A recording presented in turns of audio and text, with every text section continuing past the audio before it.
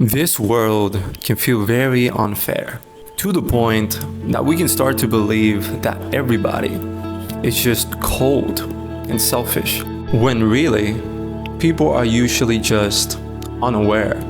And that unawareness can be tragic, because it's costing the people around them more than they could ever imagine. It is hurting the world more than they could ever imagine. In this video, I'm gonna be talking about 10 specific acts of collective love that all of you can do. These are things that I, of course, try my best to do as well. These are not theories, these are not ideas. These are specific opportunities that are happening in your life right now. And it doesn't take much effort to take advantage of them. It's just a matter of perception, awareness, consciousness. And next to each one of these opportunities is the exact ego filter that is typically blocking it, blocking all of us from doing these things. So pay attention to which one of these you don't do. And let's begin. The first act of collective love that you can do every day is Act 1 is give. The act of collective love is giving your knowledge, your undivided attention, or a gift that makes someone's day easier. Something as simple as a pen to a coworker that you assume will be insignificant. So, what's the point? The ego filter limits giving to money or grand gestures. Because you don't have something obvious to offer, you then choose to offer nothing. The truth is, you always have more to give. You just haven't expanded your definition of giving enough for it to be a list of conscious, loving decisions. This is what this video is aiming to help you with, to help you expand the loving decisions you can make every day. Act 2 is visualize. The act of collective love is believing in someone's potential and holding a vision for them when their own has gone dark. Many people just need someone to believe in them. And for many of them, you can be the catalyst to their potential awakening, making them conscious of a path that they never even envisioned.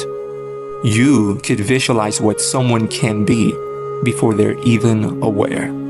Many people in this society are a fan of someone who already succeeded, but rarely is someone a fan of somebody who hasn't even started.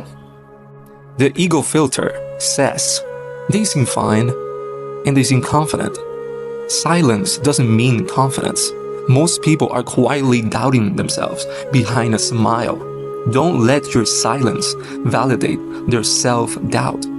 Be the guiding light in a dark path that encourages them to move forward and shine. Act 3 is motivate.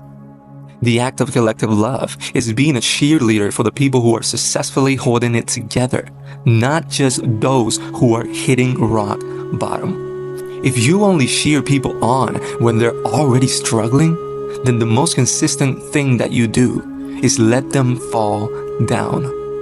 The ego filter is reserving motivation for a visible crisis in order to feed a savior complex. Motivation is prevention. It is not a rescue. Don't wait for them to break before you cheer them on. People can hit rock bottom simply due to the loneliness of no one motivating them. Act 4 is validate. The act of collective love is confirming someone's emotional reality by saying, I understand why you feel that way. That sounds difficult. How can I help? Many people just need to feel seen and understood, to feel like their existence and their pain matters to someone else. The ego filter is going quiet or putting minimum effort during emotional confessions because you say to yourself, there's nothing I can do for them. To a vulnerable person, silence feels like cold rejection, not neutrality. Protect people from the noise of your silence. Validate their reality. To a person suffering, silence can be the loudest noise. Don't make excuses for lack of effort. Instead, find ways to make your light shine brighter among their darkness. Act 5. Prevent.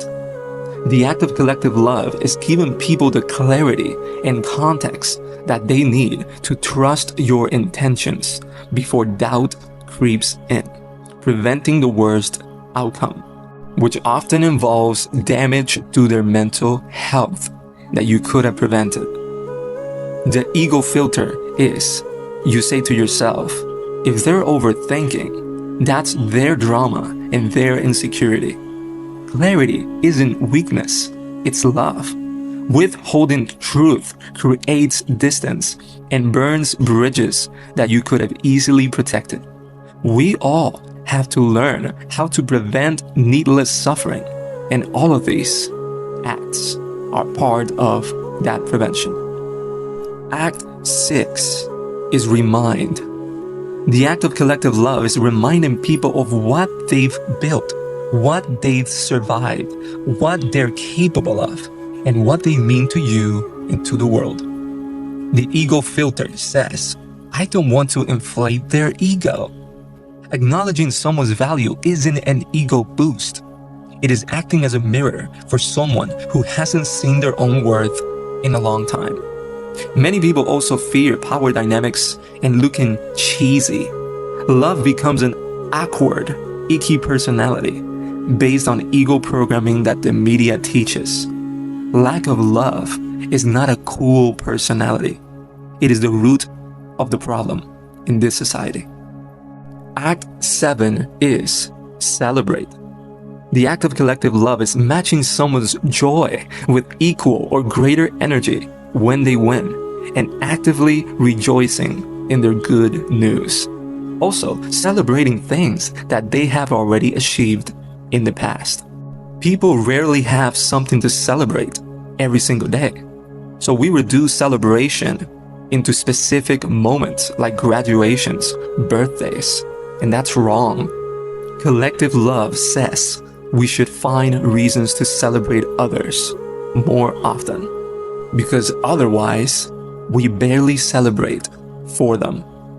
The ego filter says comparison and envy. The ego views someone else's success as a reflection of its own lack, responding with a lukewarm, "That's nice," or immediately shifting the topic back to itself. We shouldn't have to wait for someone to have success to cheer for them. That sends the message that love is based on performance. Neither do we have to wait for a birthday to celebrate their mere existence. If your loved ones accomplish something, cheer for them more than they cheer for themselves.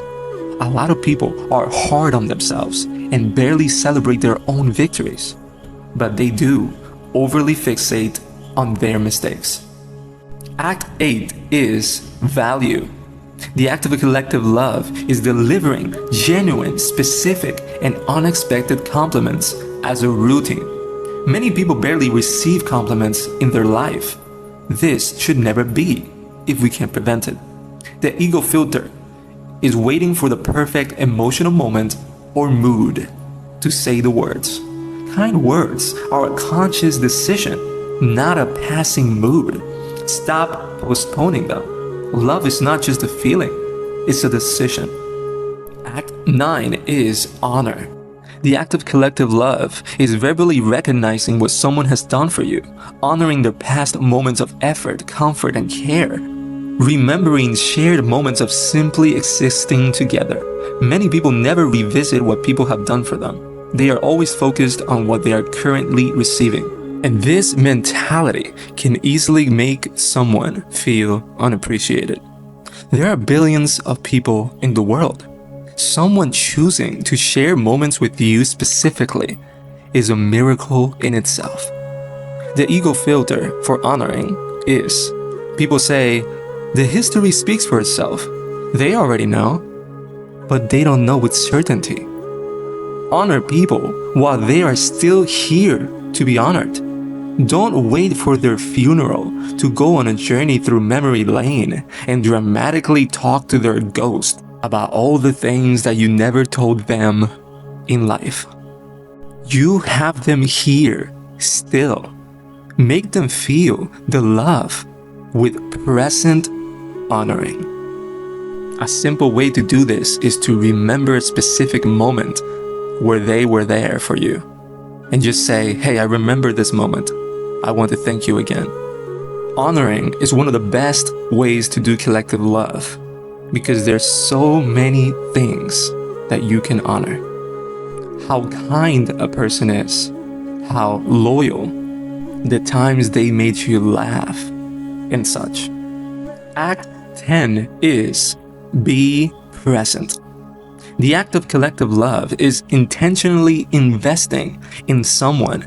This means showing up proactively with your support before they have to ask for it, regardless of your mood or your personal agenda. The ego filter is only reaching out when you need something, or waiting until a crisis makes it urgent. People can feel the difference between being valued and being used. True presence is an intentional routine of proactive support. Don't wait for someone to ask for help to finally give your support. Later is a comfortable illusion that the ego uses to justify itself. Later may never come, and it could summarize into a life where we barely loved because we only did it transactionally. Being present means stop predicting when people need you and just find ways to love them actively, presently, preventing the consequences of absence. So as hopefully you can see, these are not extraordinary acts that take a lot of effort. They don't require money. They don't require a perfect moment, the perfect timing. They don't require you to be a saint. They just require the one thing that the ego hates the most: choosing love before a person has to ask, before it's convenient, before the consequence of not doing it arrives. Because that is collective love. Not a feeling, not a season, not romance, but a decision.